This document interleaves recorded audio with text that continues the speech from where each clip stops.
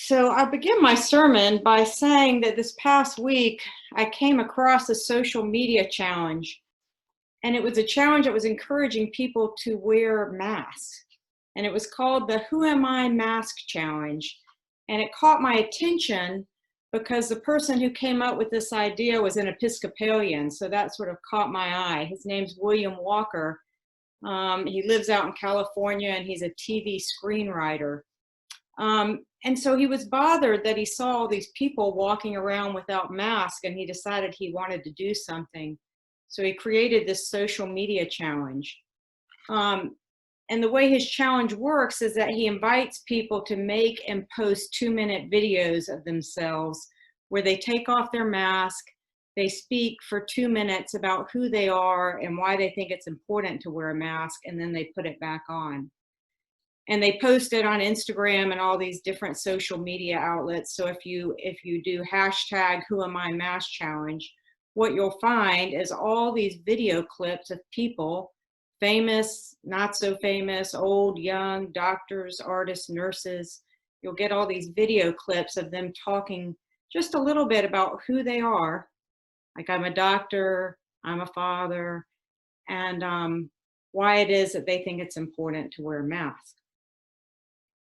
So as I was listening to those, I was wondering, what would we say, what would you say, if we had 2 minutes to say who St. Matthew's is, the community, all of us, who St. Matthew's is and why it matters. Why does it matter? What would you say? Who are we? Who are we as the community at St. Matthew's in Hillsborough? And why does it matter? Not just to us, but why does it matter for any who live in Hillsborough, who live in our community, who live in the world? Think about those questions for just a minute. It's a little funny to think about, since right now we're not actually in one place. It feels so strange to be part of this community of the faithful, but we're all sitting in our own homes with our coffee close by, or our pets roaming across the screen. Some of us dressed for Sunday church, others in our PJs, others just a black screen. And somehow we're gathering as St. Matthew's. What does that mean? What is it that makes this disparate bunch of all of us cohere?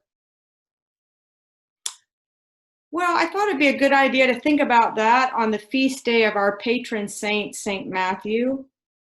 And I thought a nice way of doing it, since we can't gather in church, would be to use the stained glass of the St. Matthew's window, this exquisite stained glass window that we have within the walls of our church, which I'm happy to see. And Bob, I'm eternally grateful that you've been able to post it right in front of us.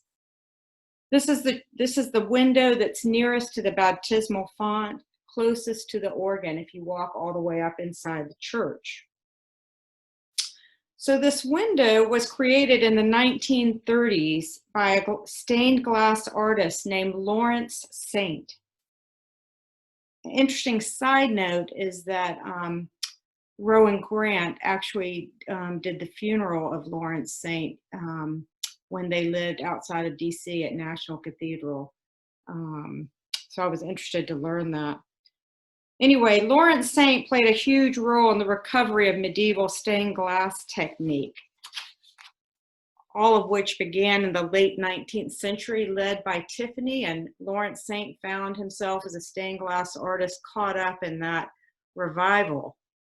And it was a revival because in the 17th century, running up to the 19th century, it had fallen it had become a lost art, a lost technique. So anyway, Lawrence Saint, who created the St. Matthew's window, for 8 years, from 1928 to 1936, just 8 years, he had his own stained glass art studio.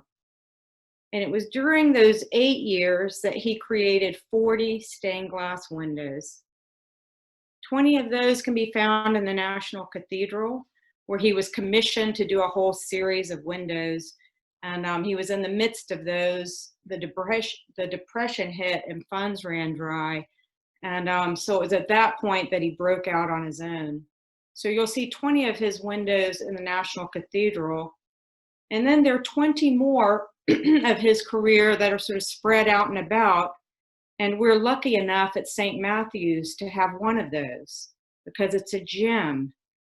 And not to mention that it was one of the very last he did before he died. So this window you see before you was commissioned by Sarah Webb, longtime member of St. Matthew's. And Sarah Webb was one of 12 children of James Webb and Sarah Frances Cheshire. She would have been in her 80s when she commissioned the St. Matthew's window. And what's really interesting about that is that when she was in her 20s, she would have been a member of the Ladies Sewing Society that actually raised funds for our first stained glass window, the Good Shepherd window, which is directly across the church from the St. Matthew's window. So now she's in her 80s and she commissions this St. Matthew's stained glass window. So if you could see this window right in person, and if you could look at it closely, you really can't see it from what's on the screen, but what you would see worked into it down at the very bottom are the names of Sarah's parents. You'd see James Webb and Sarah Frances Cheshire. They'd be down at the very bottom, worked in, and then working their way up from that, you would see all the names of the children. Yeah, there it is. Thank you, Bob. So they're down at the bottom, and then as you move up the window, you will see the names of these 12 children. So what was going on here is that Lawrence Saint was adopting the same idea with the Webb family of something that was done in medieval stained glass, which was that in medieval stained glass, they would work in the concept of the Jesse tree. So you probably heard of the Jesse tree around the season of Advent. In medieval stained glass in those old medieval cathedrals in Europe, you would often find the Jesse tree worked in. And the Jesse tree was this pictorial way of showing Jesus's genealogy. And they would have Jesse down at the bottom, who was father of David. And then the medieval stained glass artists would work their way up the window all the way to Jesus. So what Lawrence Saint is doing here with the Webb family is modeling that same medieval technique of having a family genealogy working up the window. So he was adopting this idea, and in doing so, emphasizing this idea of rootedness, of the importance of connection to our roots, to our past. And it's much like the Gospel of Matthew does. Matthew finds that very important. In his opening chapter, he lays out all those people who came before Jesus, tying Jesus explicitly to David's line. So we see here, as we're thinking about who we are, we see here in the window this affirmation that history matters, that the people we come from matters. Now, if you look, Bob, if you want to zoom out to the larger window, you'll see two images in front of you. The bigger one, the large one, which you can see right now, the one that's most obvious is St. Matthew. And he's writing in a book, which presumably is his gospel, and you can see that he's looking heavenward. And then down at the bottom, there's a little picture you can see right there. The smaller one is a traditional symbol for St. Matthew, which is a man with wings. You can see this same symbol behind the altar at our church. They're the four symbols of the gospel. And here in the middle, this man with wings is a traditional symbol for St. Matthew. And that symbol itself, there's a variety of allusions. Some think it's an angel. Some write that it's a representation of the incarnation of Christ, who's both heaven and divine. And some think for Matthew's gospel in particular, that showing this person with wings is again this connection to genealogy. But you'll notice excuse me, this man is holding a book. And inside the book are these words: I desire mercy, not sacrifice. Very tiny. But those words are taken straight out of Matthew's gospel. Jesus says them just after he's called Matthew, when he's eating with Matthew and the other tax collectors in Matthew's home. So Jesus is eating with tax collectors, with sinners, with the outcasts, and he's emphasizing for them that he desires mercy, that God desires mercy, not sacrifice. So just a little bit about St. Matthew. He was a tax collector. And in those days, tax collectors were the worst of the worst. Not only did they collect taxes from their fellow Jews for the occupying Roman forces, the forces that were occupying the land, but they would also skim money off the top for themselves. So they were hated. No one likes them. And that's what Matthew was. And so imagine what it was like when Jesus calls a tax collector, and then of all things, he sits down in a home full of tax collectors and has a meal with them. It's in this context, as the religious authorities are getting worked up about this and wondering who this man is that sits with the outcasts that nobody wants anything to do with, that Jesus says, God desires mercy, mercy for one another. And so here in the window, Lawrence Saint is capturing this key theme of Matthew's gospel and of discipleship, mercy, and of one's awareness, which Matthew had, of needing mercy, of falling short and needing the mercy of God, both central to discipleship. There's another thing interesting about this window. I don't think Bob can capture it because I tried to, but it's very tiny and written all around the image of the window, all along the edges, which is incredible. Let's see. Oh, you can see it very tiny on the very edges. You can't read it, but what that is, what those are the Beatitudes. If you were up close next to this window, you would see all of the Beatitudes working themselves out around the window. Again, the Beatitudes central to Matthew's gospel, where Jesus in chapter 5 in Matthew, modeling Moses, goes up on a mountain and he says, and again, these are all around Matthew, blessed are the poor in spirit, for theirs is the kingdom of heaven. Blessed are those who mourn, for they will be comforted. Blessed are the meek or the humble, for they will inherit the earth. Blessed are those who hunger and thirst for righteousness, for they will be filled. Blessed are the merciful, for they will receive mercy. Blessed are the pure in heart, are the peacemakers, for they will see God. Again, Lawrence Saint, using a common medieval technique, etched words around the edges of St. Matthew. So we have this sense of St. Matthew being surrounded on every side by the Beatitudes. It reminds me of this other practice in the early Renaissance, also where they used Matthew's gospel, where artists would do a series of paintings of the 7 corporal acts of mercy taken from Matthew 25. Feed the hungry, give drink to the thirsty, welcome the stranger, clothe the naked, care for the sick, visit the prisoner. Like those Beatitudes, we see these artists using scripture to focus our attention on what matters. So here, Lawrence Saint is using the Beatitudes to sort of encompass Matthew, to encompass what our community of faith can be about and should be about, with Matthew as our patron saint. So here in our window, we have these things. We have this deep sense of rootedness in that family genealogy. We have this emphasis, this clear emphasis on God's mercy for us, and therefore this calling for us to extend that mercy to others. And then we have this allusion to Matthew himself, part of a community of outcasts, of those who knew well their need of God. All of these ideas firmly tied into our window.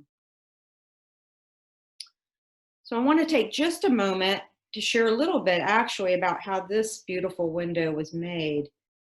And part of the background you need to know about that, and I alluded to it earlier, was that by the 17th century, this whole technique for making medieval stained glass had disappeared.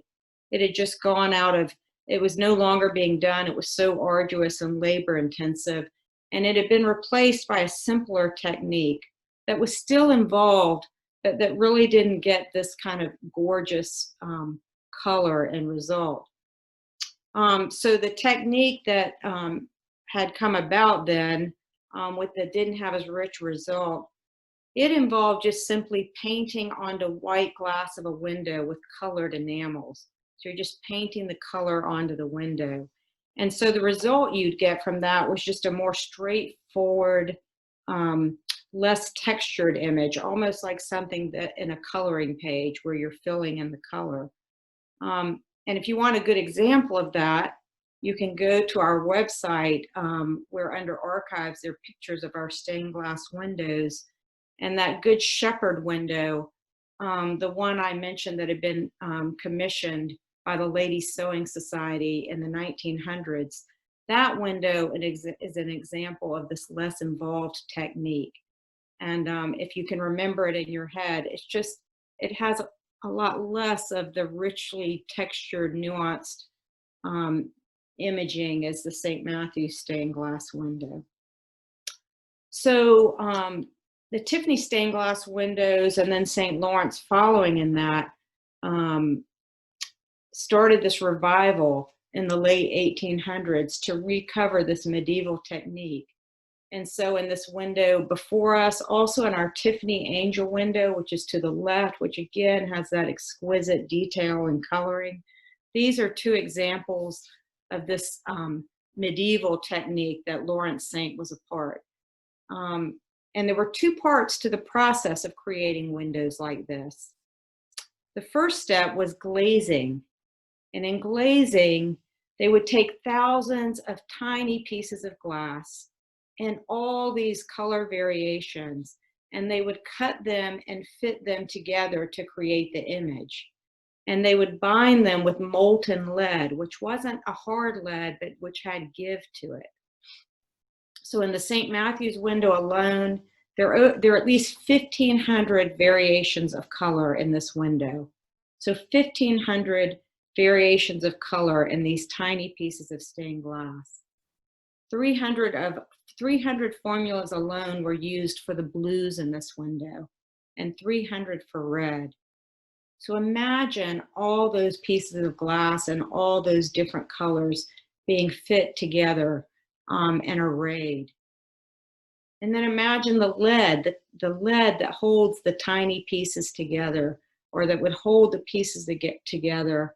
And it's interesting that the lead was so soft that it couldn't hold the window on its own over time. It couldn't support the weight of all that glass. And so you'll see here, you can see it in the picture, these horizontal lines. Those are like metal slats running across and even in the edges of the window that hold it into place, that sort of help it hold together.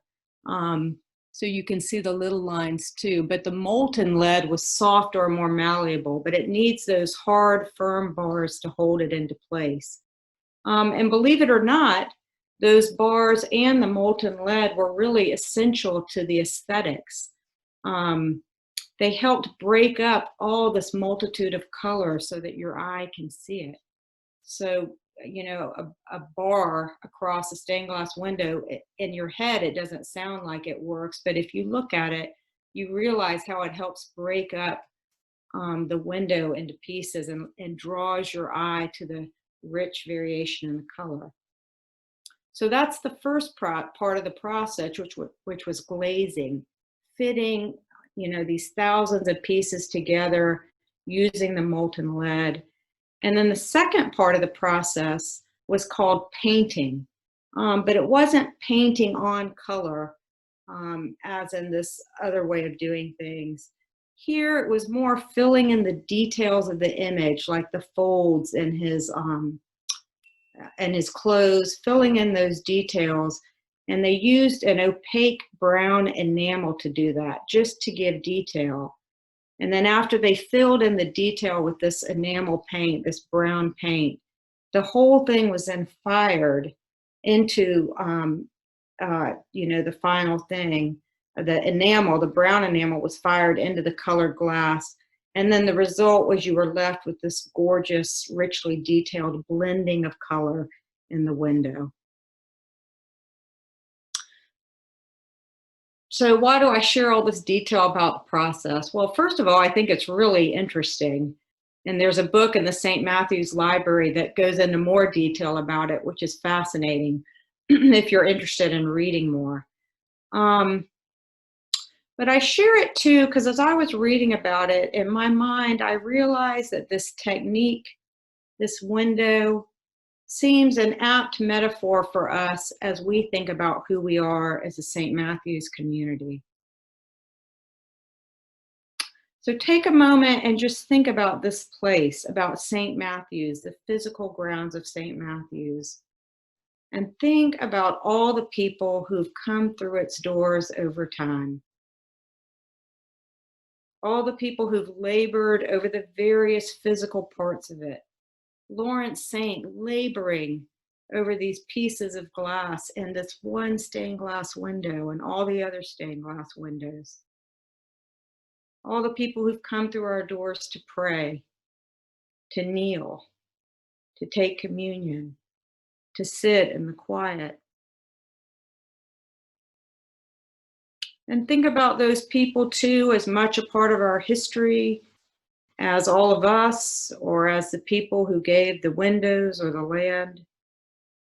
Think about those members too, who entered our doors and who didn't necessarily find it such a home. People in our history enslaved, or second-class citizens confined to the balcony to sit.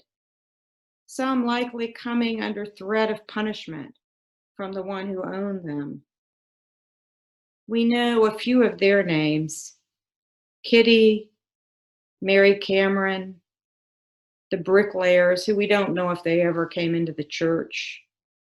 There are others too: Cornelia Fitzgerald, grandmother Polly Murray, Henry Evans, who did the woodworking and is actually on the books as a member of St. Matthew's.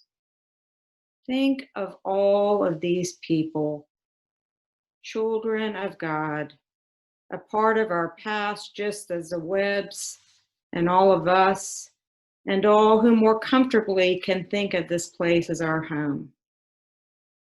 Think of all of us, all of these people over time, as shards of glass in this window.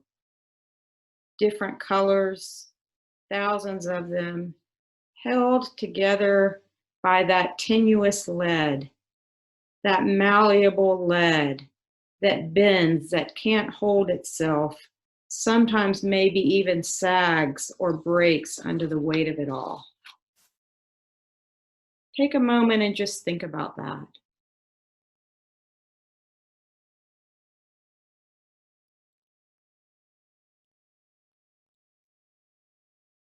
Then think about yourself and think about all of us.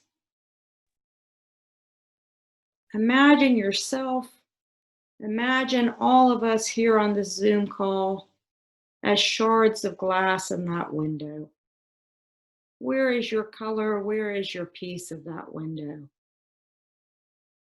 Imagine those you love who come to St. Matthew's, who are your friends, your sisters and brothers in Christ.